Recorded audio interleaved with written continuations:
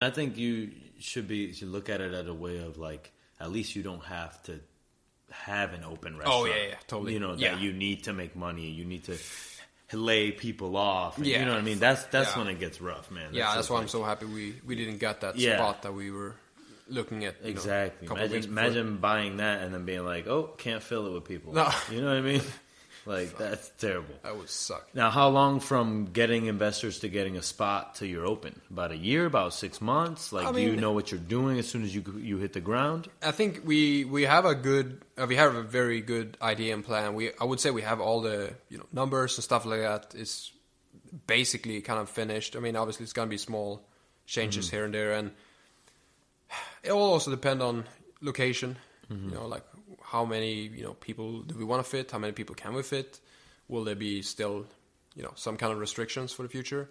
Will people still be worried about corona, even if it's or being close to other people, even if it's a vaccine? Or I think it's going to change a lot how people are going to eat out, and I mean in general travel and eat. I think that's going to change a little bit. But I mean, it all depends on where we're ending up. Yeah. You gonna take that vaccine? I don't know. Maybe. What? She's like, you better take that goddamn vaccine. Yeah, she's bro. like reacting. Like she's to everything. It's like, are you a fucking anti-vaxxer now? Of course I am. No. Well, he's never done drugs, so there you go. I would probably get the fucking vaccine. Well, you know what? Because I was looking at Lamb of God's Instagram. Lamb of God. Randy Blythe was like. He was like, somebody asked me the other day if I'm taking the vaccine. He's like, I've done heroin off a toilet seat. He's like, of course I will take the vaccine. I've eaten a lollipop off a frat house floor. See? I will take I'm probably immune to corona, but I will take the shit. I love Lamb of God though. Yeah. Lamb of God's amazing. What's the drummer? Chris Adler, right? Yeah. Oh. The way that they're like, they self-taught. They just learned how to play the drums, and then 3 years later, the guy's the best drummer in the world. Insane, man. He's a monster. Yeah. Ashes of the Awake is my favorite album. The song One Gun is like amazing. I love what's the name? Omerta. Omerta's good. Yeah, so I love Omerta. Redneck. Yeah, Redneck's good. Is that off Sacrament? Yeah. I like More Time to Kill. That's a good one. Yeah, and Foot to the what's it called? Foot to the Throat. Yeah. I always listen to Lamb of God when I'm working out. Oh man, it's so fast. It's so aggressive. It's really really good. Yeah. It's insane. It's like a good midway point for me. I love Cannibal Corpse. Oh yeah, Hammer Smash Face. But before you get there, Lamb of God. That's where I stop first. Oh, Hammer Smash. Yeah. Oh, Jim. Oh, Cannibal Corpse. It was Joe Corpse Grinder, right? Yeah, George Corpse Grinder Fisher, baby. He's badass. But when you hear him in an interview, like with a baby voice on, it's crazy.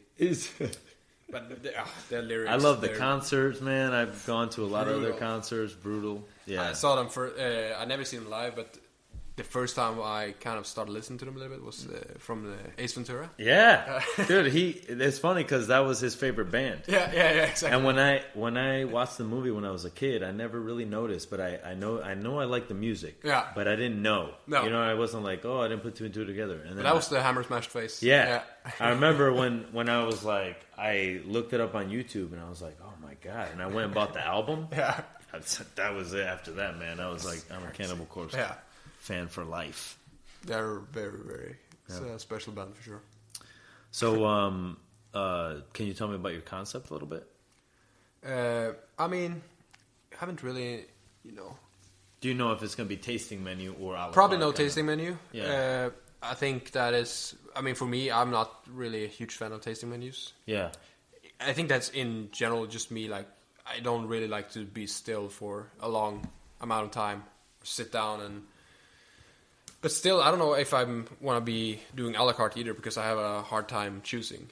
But I think tasting menu is, especially in LA, people don't really want tasting menus. Yeah. It's moving away from that. I think more kind of a mix in between there of like smaller dishes here and there. Yeah. Some mix between a la carte and smaller tasting menu, I would say. We've been talking about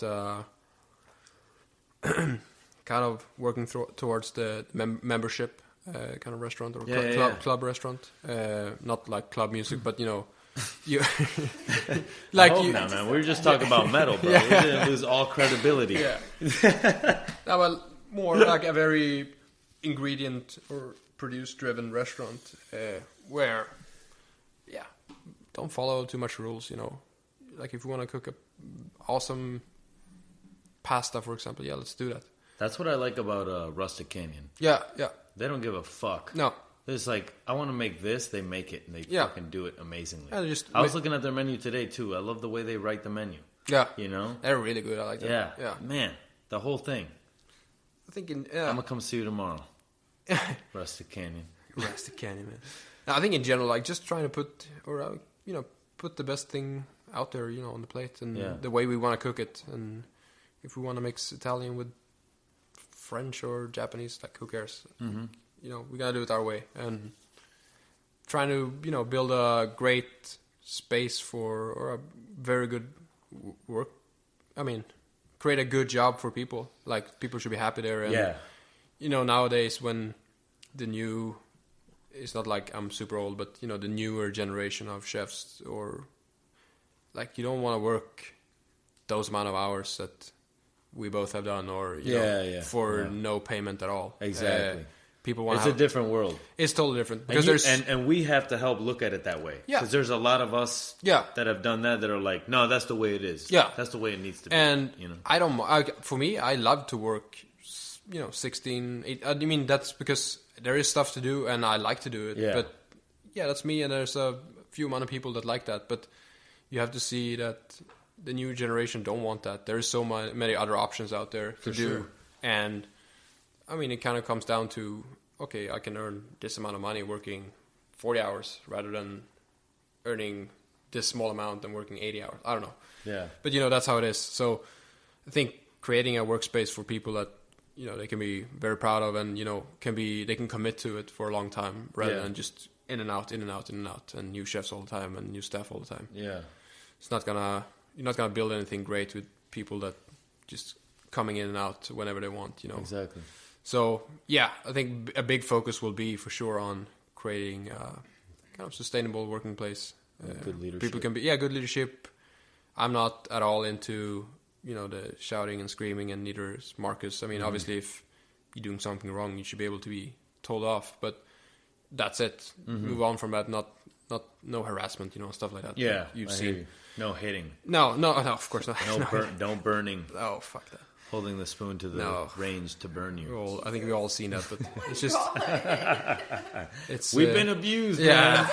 All right? I mean, I told... It's all good. Yeah, it's... You heard the nightmare stories everywhere. It's almost like, you know what? At the end of the day, though, like, if I really thought that it was terrible, I would have stopped it. Yeah. Like, it might have been stressful in that 2 minutes, but, it's like, whatever. I kind of, I know many people think that, that's a pretty cool culture, back in the days it was so tough and here and there. But I can agree in some way. I love that mentality and the energy from that, mostly the energy. Yeah. And that's what I can kind of be a little bit sad about right now, because I know it's changing, and it's of course changing for the good, but I will probably miss that a lot, that energy or the mentality when... in a couple of years when we totally changed, or totally switched this to a 35-hour week, then I will probably say it was better before. But I feel like at some point, though, like, we can't go to that. No. Like, the work is never done, right? So if you're the chef, you do the work, and you're done when it's finished. Exactly, yeah. You know what I mean? And there's always more stuff to do. Yeah, and if that's 40 hours, that's 80 hours... Yeah. Unfortunately, like, that doesn't matter. No, you do what it takes to. Yeah. It's something that Chef Costa always told me was, like, the guests don't care. Yeah. The guests don't give a shit whether you're late to work, whether you didn't order the chicken. Yeah. All the guest knows is that they came to this restaurant with an expectation, and they paid the money to get that. Yeah, exactly. So it's like, it's your duty to give them that. Totally. I agree. And, that is obviously up to... management and stuff like that. If you need to, or I mean, it's up to the head chef or to the managers, like, to kind of fix that. Like, yeah, if we need you to work 8 hours, that's how it is. Then we failed, you know. Mm-hmm. But if we can make it happen in, you know, working more shifts, or, you know, and you're working 45 hours or 50 hours, yeah, that's of course better. Mm-hmm. But I think it comes down to, I think, planning and structure, and obviously, you know, economy. It's not cheap at all to run a restaurant. And labor is very, very... Labor's the one that kills you, man. Kills you totally. That's like, to afford a good living. Yeah. You know. And I think in restaurant industry, that's probably the most common industry where very talented, very good people at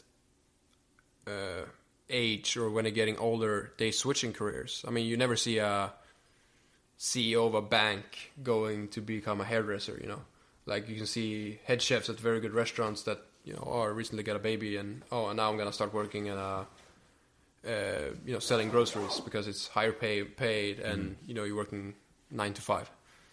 So it's, I think the whole industry, you know, needs to kind of work on that and change in some way. Don't know the solution to it, but yeah, it's a tough one for sure. I think from the ground up, it needs a change. Because I was thinking about, you know, my time at culinary school. Yeah.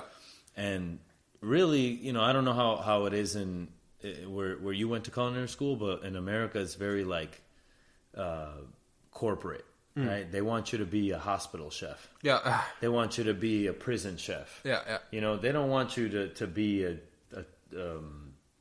fine dining chef. No. They're not training you for that. So, you know, I think we need to go back, and there needs to be schools where it's like, you want to be the best. Yeah, yeah. You know, and kind of have training camps that train kids to go to fine dining places. Yeah, exactly. But that's also the thing. I mean, yeah, it was probably the same in Sweden, and I can understand because teachers, you know, they are pretty, I would say 99% of the case are older chefs that, you know, tired of the, you know, long hours. They probably have a family, you know. They're getting better paid, working for the government in school, and, you know, they're not super maybe creative stuff. They take their, you know, work experience and show to the kids and learn the basics. But I think, yeah, if you can make that job sexy and attract more people, that would probably be super good. But or find good leaders for young kids or for culinary students. And for me, if I look back at my school, I wanted more time out in the restaurants. It was so much more reading and stuff like that rather than out, you know, cooking and staying at Denmark has a great system. I think they're out like 2 years, you know, in 1 or 2 restaurants. Yeah. And when I started at Kong Hans, for example, there were people there. When I came in, it's like, oh, you're the sous chef, right? Like, no, I'm a student. Like, oh, you're great. You're really good. Like, you take responsibility. Like, they're like chefs there. Yeah. Because they've been there so long time and they know the restaurant. Like we talked about before, you don't learn anything in 2 weeks. Mm-mm. After a year, yeah, maybe you can kind of manage it, but after 2 years, you know everything. Yeah, exactly. And that's why I think so many good chefs come from Denmark. Yeah. Like, a lot of people I know there, they're really good because they have a lot of old classic restaurants in Denmark that take care of students for a long time and doing a really good job with that. You guys have a demeanor about you when you cook. I've noticed. Me? People from Denmark, like when they come in to cook, you guys are very serious. It's very your demeanor, the way you carry yourself is very serious and like business. Yeah, like you know what I mean. Where I come from a school of like, let's be as crazy as we can be. You know what I mean? Focus on the food and make it nice, you know, and no mistakes. Yeah. But I want like all of you. Yeah. You know what I'm saying? Like give me you know what I mean? So I remember when you came in for 12 days, I was like, I don't think he's happy about anything we're helping him out with. Like, I think we're fucking all this up. You know, I told Jacqueline, I was like, I don't know if we're doing a good job. Jacqueline was a pastry chef, right? At the time, she was a sous chef over there. Yeah. She took over CDC. She was great. That's really. I was happy when I read that when she took over. Because I remember she was. She's actually helping me at the Charter Oak. Oh, she did. Yeah, she's great. She's super, super nice. No, I can understand, and when you're talking about that, I can see, Espen, for example, like he's very much in, like he's very when he's doing something, he's very focused. His whole body is focusing. Yeah. He's like moving, and he's wearing his fucking fast Nikes. Yeah,